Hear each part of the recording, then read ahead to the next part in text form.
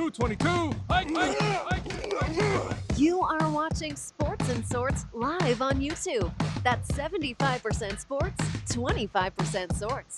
And here are your hosts, Shane and the Bry Man. We are back from a little break, little short break that we've taken, and we will be, possibly due to some scheduling conflicts over the short term, maybe skipping shows from here and there. So if you want to make sure that you know when we go live, make sure you click that notification bell and subscribe to us on YouTube. And you can also follow us on Facebook. I try and do a good job of keeping up. I did not post today, just because there was a kind of the schedule kind of jumped around all over the place towards the end. Like, we were going to go live at 10, decided to push it closer to 9. So that's where we are right now. But yes, if you want to know when we go live, notification bell, subscribe.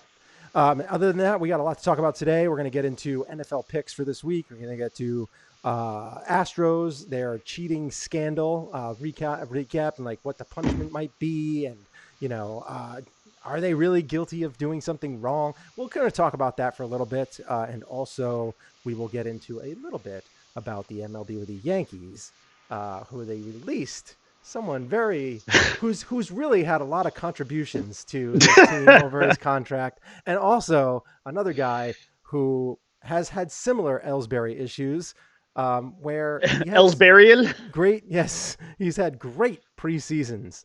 His spring training. He's Mr. March. That's his nickname. Spring training is amazing, but has never been able to really stay healthy on the field. We'll get into that as well. So we're going to talk about all that, probably a little bit more. Maybe even get a Funko Friday. Some folks. We got one. Yeah. All right. Some folks in Yankee Land may consider yesterday to have been one of the great addition by subtraction days in team history. And I think they might not be wrong. No, I don't think they're wrong. All right, so let's get into our first topic today, and that's the NFL Week 12. We missed our last week. Right now, you and I are tied for our picks. Oh, so you've kind of slowly inched up. I mounted a mild comeback. I've been getting a lot wrong lately. And you've been getting one more right than me per week, and it's been sloppy, but we're both in the win column technically. I could pull it out right now. Let me rephrase that. I could pull out the sheet. And we are both 16 and 14 this year. Okay, not great, but it's in the win column. I'll take that. I'll take that over what you were earlier this season. I mean, I'm not what I was last year, but who is? Yeah, that was an impressive feat. I mean, you picked last year I was right. I was on fire last year. I should have gone straight to Vegas and just quit my day job. Yeah, you should have. I would not suggest that this year, though. Nope. This year you would have lost all that. Particularly with the spreads, because I'm sure the spreads maybe even put us in the losing column. We don't really count the spreads. We just count wins and losses because really, day by day, any team can beat any team. I mean, we've seen that with the Jets beating the Cowboys. So, I wouldn't mind maybe next year going to like doing spreads. I wouldn't mind doing that. Okay. I wouldn't mind giving it a try. I don't see why not. We could do that. We give our points. So I mean, we're close. I mean, you obviously can use the spreads with our picks if you choose to be a moron and use our picks. But maybe we'll do better with the spreads. Who knows? Caveat emptor if you're going to. All right, so first things first, the Bry Man has my pick for him this week. Wait. Let me see if do I have it? Do I have it? I do. Watch this. Ready? There. The Bry Man's pick this week is Seattle versus Philly, with Philly the favorite by 1 point and the over/under 48. I got some questions with Vegas about that one because I've got Seattle outright winning this game on the road. I know it's a road game. I just don't trust. I don't trust the Eagles right now. The Eagles last week get up 10-0 on the Patriots, right? Mm-hmm. And you're thinking like maybe they're going to cruise here to a win. They like that first half. They looked like a legitimately great team. They were Brady looked Well, listen, there's some issues with Brady that maybe we could talk about. That's maybe for a different conversation because Tom Brady is making some errant and very lackluster throws these days. He doesn't quite seem to be himself, but Well, I'm he not doesn't have saying Gronk target anymore. He doesn't. His wide receiving. no corps Josh keeps Gordon, going no down. Antonio Brown. It's still him and Edelman, but you know what? It's still Dorsett enough. went down. Sanu went down. Yeah, Sanu went down. Sanu might be down for multiple games. Actually, I heard this morning. Yeah. So I mean, listen, but in fact, that I think even makes it a little bit worse. What happened last week? Because if you're the Eagles and you're up 10-0 on a kind of a beaten up Patriot team, as great as their defense is, the Patriots, it's tremendous. That's just a bad loss, man. You're at home, you're up 10-0, and then that's it. You just say like, all right, we're just gonna stop here and see how it goes. Well, Yeah. you got outscored 17 straight points. Listen, if somebody said to you, Patriots are going to score 17 points, and you're the Eagles, you're going to be like, we're going to win that game. We're going to put up more than that. The We can crazy put up, thing we is can put up 20. with the Eagles secondary, Brady should have lit them up. He should have. It's not they're not good. So listen, now you've got a team coming in Seattle that's pretty healthy, but they're just, listen, their defense is playing really well. Clowney's playing really well. Russ is still Russ. You've got Josh Gordon back, I think, this week. You got him, and you got Metcalf, and you got, I think, Tyler Lockett, who was questionable. I think is probably going to play. The only issue that I'll throw at this, and I'm just going to throw this in to hopefully make your brain work a little harder, is the biggest issue is that Seattle had a bye week.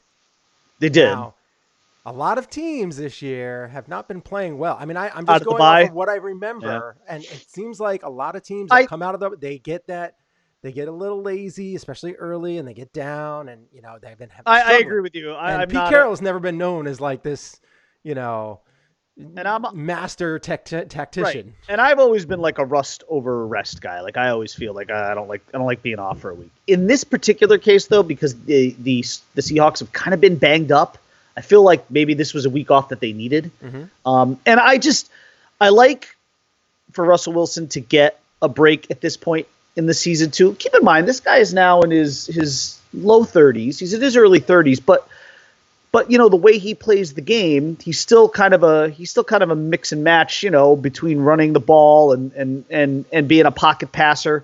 I still like for him to get some time off, and I really feel like this will refresh him and the team. I think Lockett needed the week off badly, so I like the Hawks on the road here. I'm not feeling the Eagles right now. I'm very uncomfortable with the way they're playing. I mean, they looked like a total Jekyll and Hyde team last week. Really a tale of two halves. And I got to say, I think in this one, and I've got this one pretty much coming in just under that 48-point total spread. But I've got the Seahawks winning outright. So forget about Philly by one. And I've got it at 24-21 Seattle on the road. So you big W on the road. Yeah. That'd be a good one. 21. All right. And you gave me the Cowboys versus Patriots, which could be this is one of those games that it's kind of a trap game. What's interesting about this game is the spread. It's 6.5 points. 6.5 points, yes. So the Patriots are giving up 6.5. They are favorites by 6.5, which is almost a touchdown, which basically means that the Vegas and all these people out there, they think that the Patriots are going to destroy the Cowboys. I mean, that's essentially what that means. If anytime you're up by almost a touchdown, I mean, technically at home, if you're up by a field goal, that's kind of like they think it's going to be an even game. But this, they think, is going to be a little bit more than that. I would say they think this is going to be a comfortable win for the Patriots, yeah. So, I mean, now the problem with the Patriots, lots of injuries like we just talked about, Dorsett, Sanu, they've been they don't really have a tight end that's any good. Burkhead has been hurt a lot this year, so there's no real chemistry with that. Then you have Edelman, who's kind of been fighting some injuries occasionally, but playing at a pretty decent level, but still not great. Not the only guy who threw a touchdown for the Patriots last week. Yeah, and ridiculous. Then you have the Cowboys on the other hand, who have the most potent offense in football, really. Between Dak throwing for more yards than any other Cowboy quarterback in history through 10 games. He's like, I think he's got 21 touchdowns and 9 interceptions, which is really good, but it's not like great because I mean, It's not nine MVP, but it's good. that's a lot Still of a lot of interceptions. picks. Still a lot of picks, yeah. And he is prone to error. He's prone to that. He's prone to errors. I mean, if the ratio was like 40-9, that would be really that good. would be but a fantastic season. So basically, if he throws another 20 touchdowns this year, doesn't throw another pick, then that's an unbelievable year. Right, but he's. I don't think that's where he's likely to throw another, 5 or 7, 6 picks. probably. Yeah, I mean, that's kind of where he's at. So, I really think that in this case, this is where it's going to come down to head coaching because I think that Brady is going to finally go a little bonkers. I think he's going to I mean, you have on one hand, you have Jason Garrett, who I think is just going to, I don't know how he's going to game plan because there's so many injuries on the Patriots side of the ball that he's not going to really know who to game plan against. Like, we're just going to take away Edelman. Okay. But Brady has a way of finding these Philip Dorsetts. He has a way of finding people like that and turning them into stars, kind of. It's stars in New England. So I get nervous about that. Like, I wouldn't be surprised if, you see Sony Michel have a really good game. I'm not even sure if he's healthy, but I wouldn't be surprised if someone like that has a really good game because they try and take away somebody else. And Bill Belichick is just going to find the weakness and pick apart that weakness. And whereas Jason Garrett, on the other hand, I feel like he knows that Dak is going to have to win this game because Bill Belichick is going to take away Ezekiel Elliott, who their most dominant player. And then you're going to let Amari Cooper, who's a little banged up, and, their wide receiver core isn't great right now as far as like health-wise. Yeah. And they're going to make Dak beat him. And I have a feeling with the Patriots secondary, who have been very good this year, he's going to be in a little trouble. I wouldn't be surprised. You might see 1 or 2 touchdowns by Dak, but I would not also be surprised if you see 2 or 3 picks by Dak. Yeah. You could see both of those things. I would hope that that's the way that they're going to attack him. I don't know if that's the way they're going to attack him, but that's my thought. So I think that New England is going to win this game. I think they're going to win this game by the score of 27-24, because I think it's going to be closer than the spread.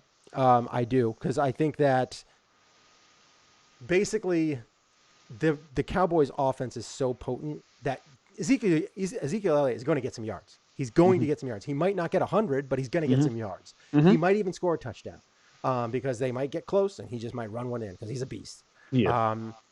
Dak, on the other hand, I think that's where they're going to get their field position and stuff like that by him making some mistakes. And then I think Tom Brady's just going to capitalize on this because I think he's going to step up and you'll see him do something typical like 3 touchdowns and maybe 1 pick or maybe not even a pick. I think that's what it's going to happen. So we'll see how it goes, but that's my pick. I have 24-27, New England winning the game. Now we'll get into Sunday Night Football. Green Bay versus San Francisco. Yeah. And this is a game that you were just mentioning a little while ago, how you thought it was good for the Seahawks to have some health, have a bye late in the season and get healthy.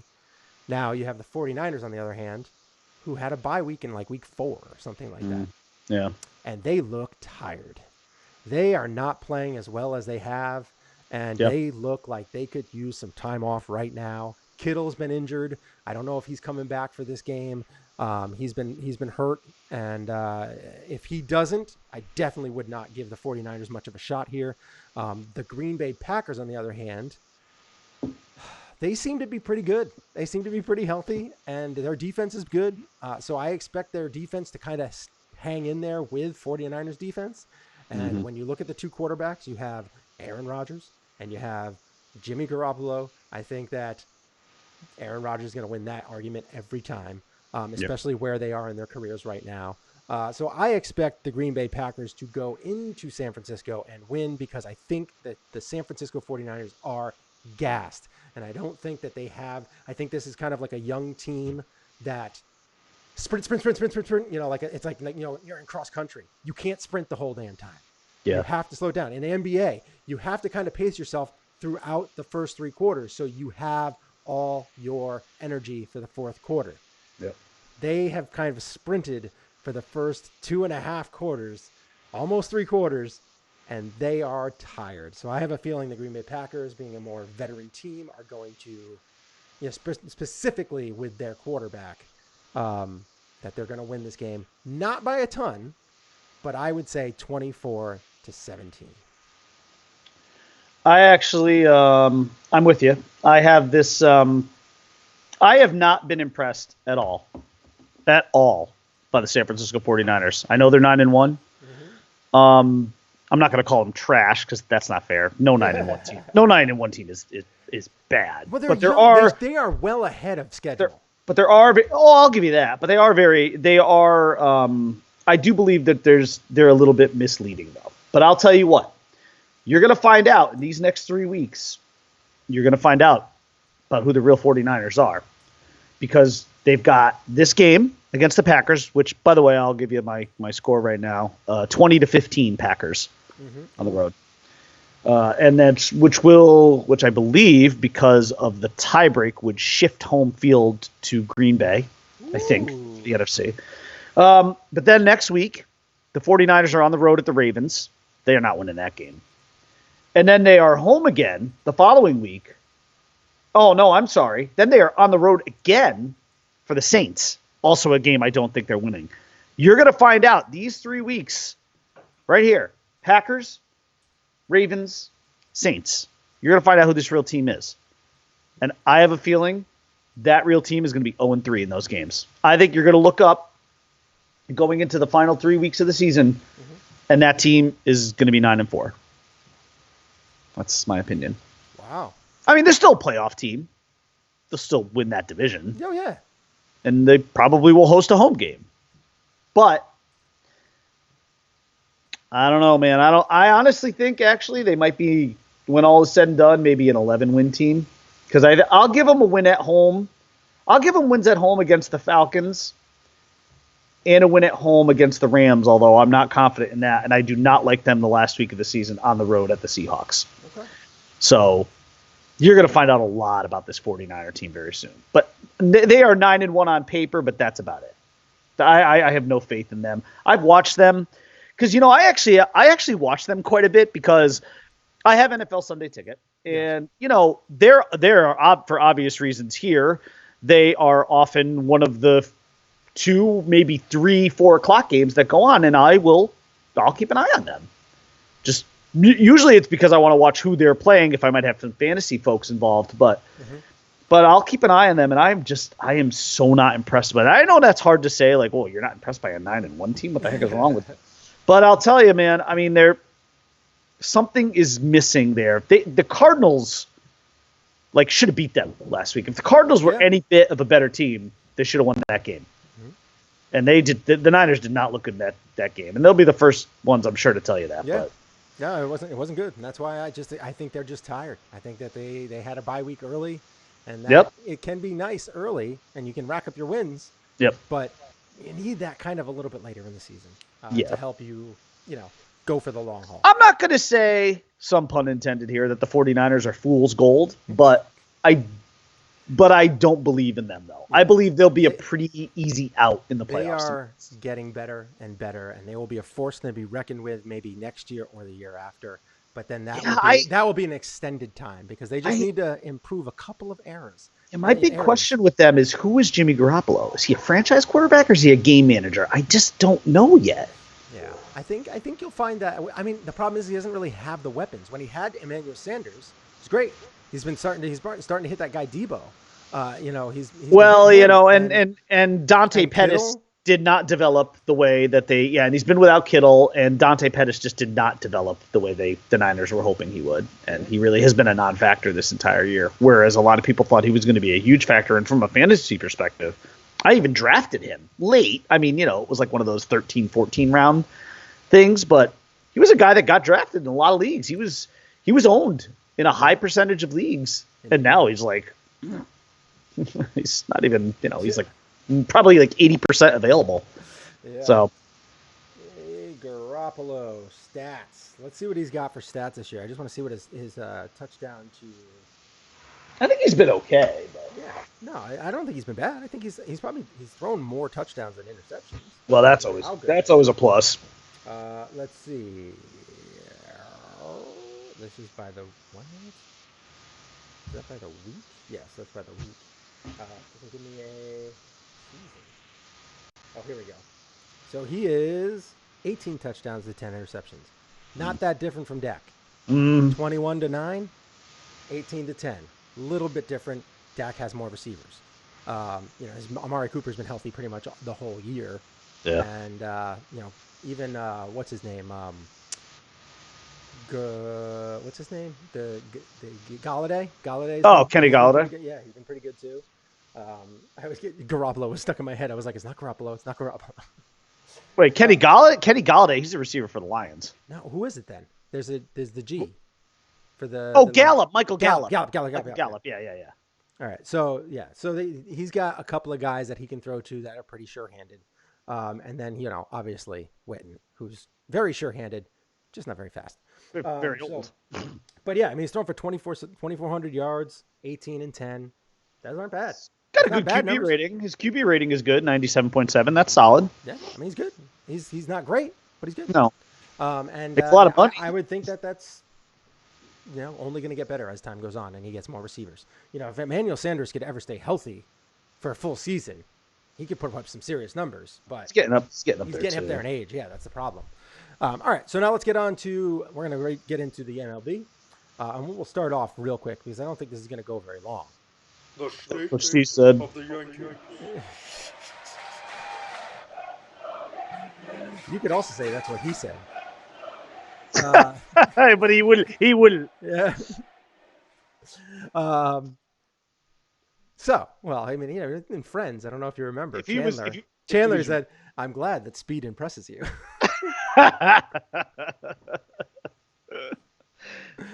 Anyway, Yankees release Jacoby Ellsbury and also designate Greg Bird for assignment. Hi. So, oh my God. We don't really need to do much here other than say that's a great addition by subtraction. Right. It stinks that we have to, what is it? Like 24 million or something that we're eating for Jacoby Ellsbury? 27. I don't know. 27, I think. I think it's 27. And then Greg Bird, I hope that he goes somewhere and does something.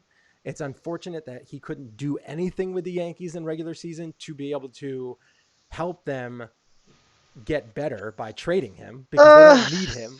It would have been nice to have a good first baseman with 30 home run power, 100 RBI, but never can stay healthy. At this particular juncture, I see Greg Bird's ceiling as a first base coach.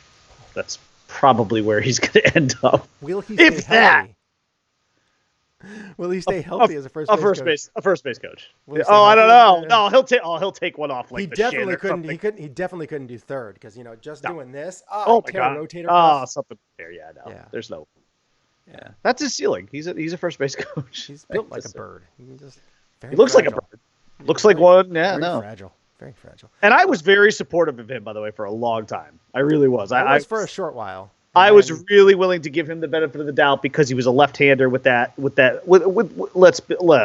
call a spade a spade. The guy's got a beautiful swing. It's a really nice swing. And it was tailor-made for that stadium. But health and, ineffectiveness reared its ugly head. He is what he is.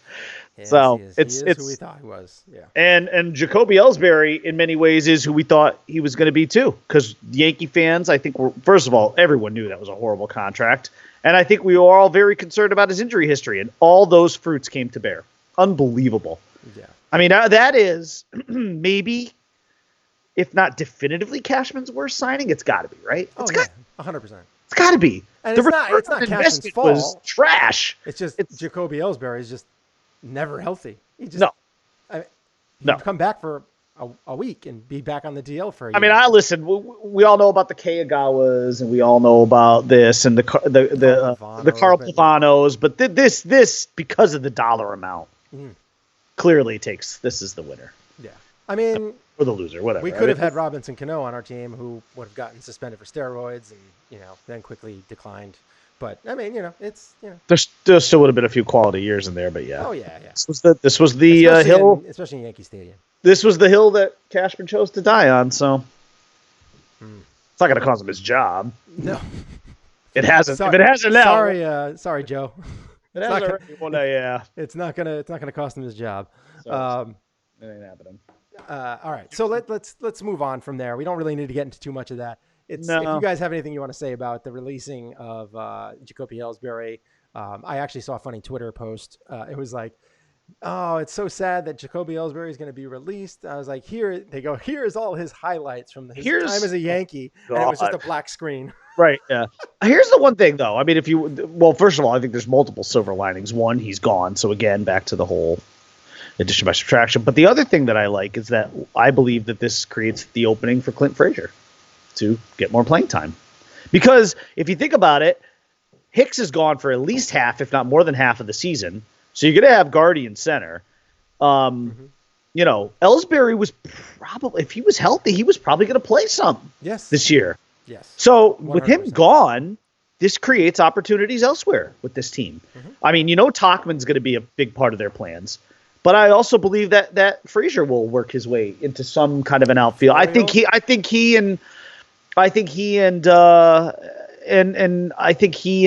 Stanton will probably, you know, I think he'll give Stanton a breather. I think Stanton's going to play a lot of left field this year, which is not going to be pretty, but I think Frazier will, you know, Florial too. I mean, that's yes. a good one. Well, yeah, we'll see what Could happens potentially there. come up maybe mid-season. We'll see how he does.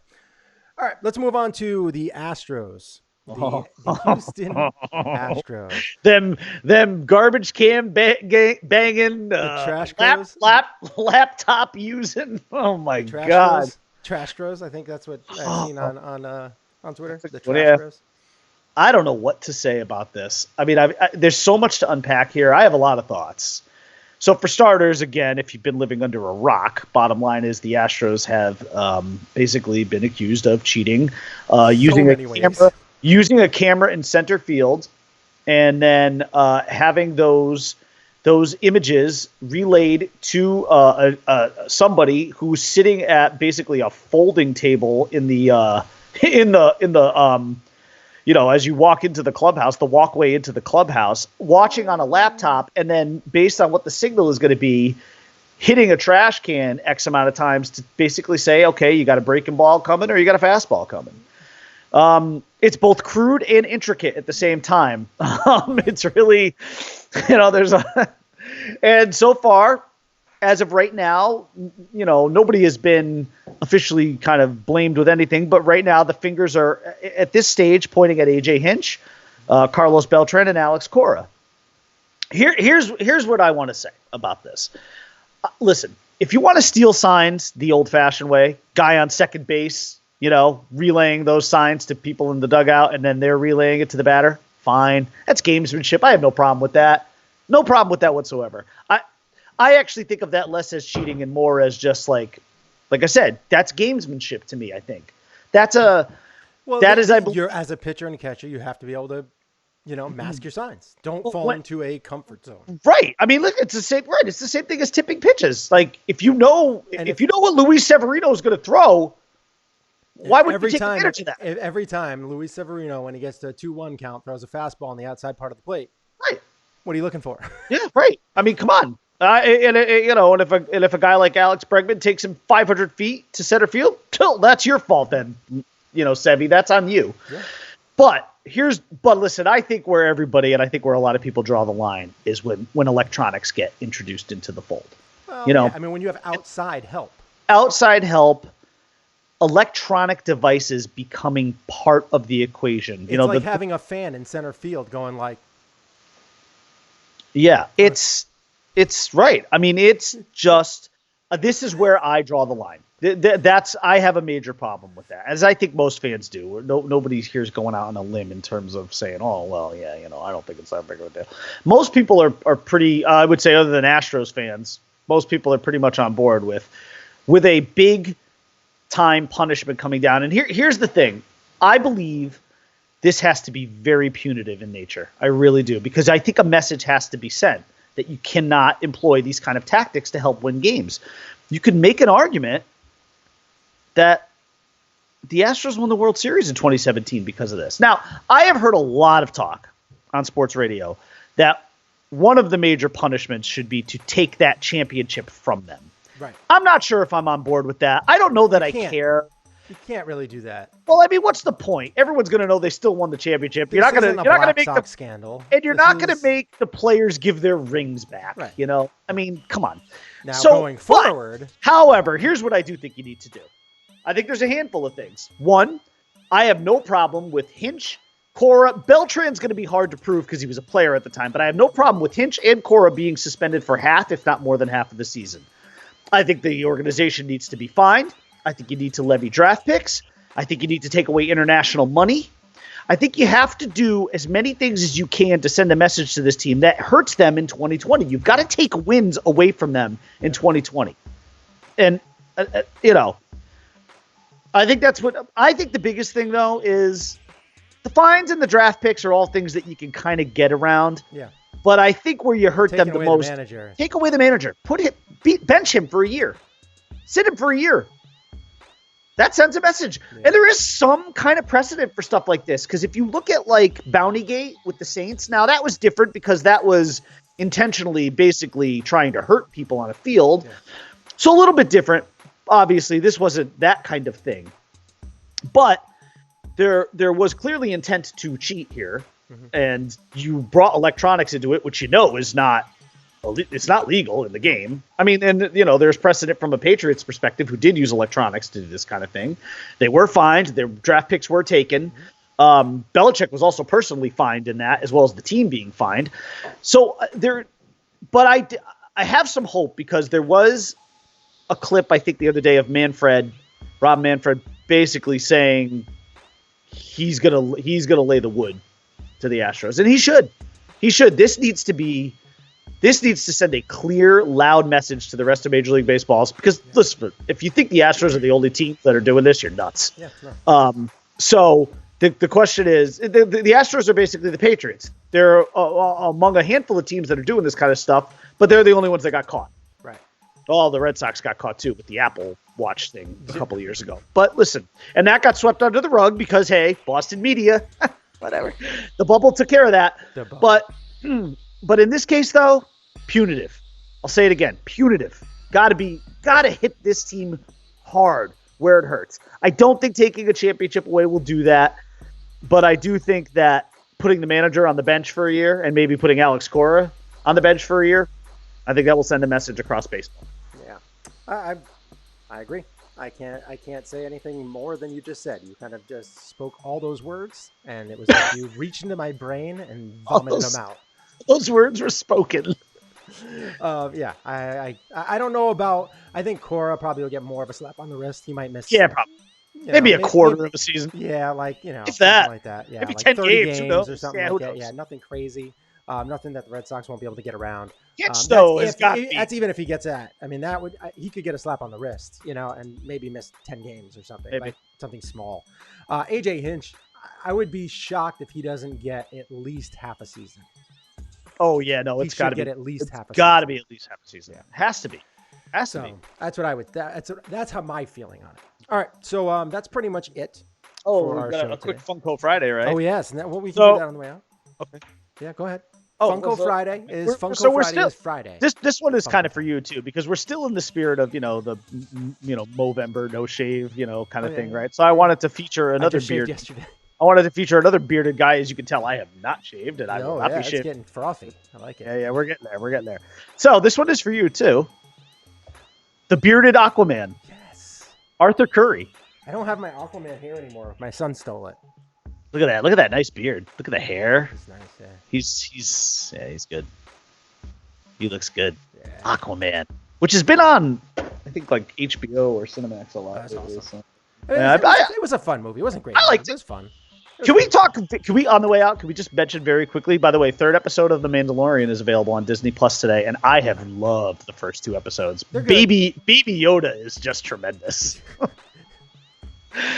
I'm very curious to see where that goes, by the way, too. Like, what are they going to do with Baby Yoda? I don't know what he is, though. Like, yeah. So that was like really funny. So, like in the first episode, Yoda's kid.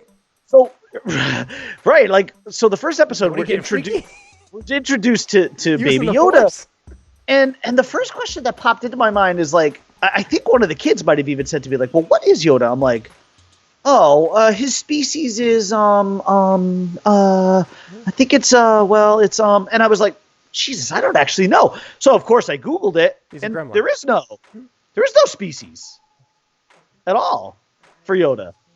He does not have an actual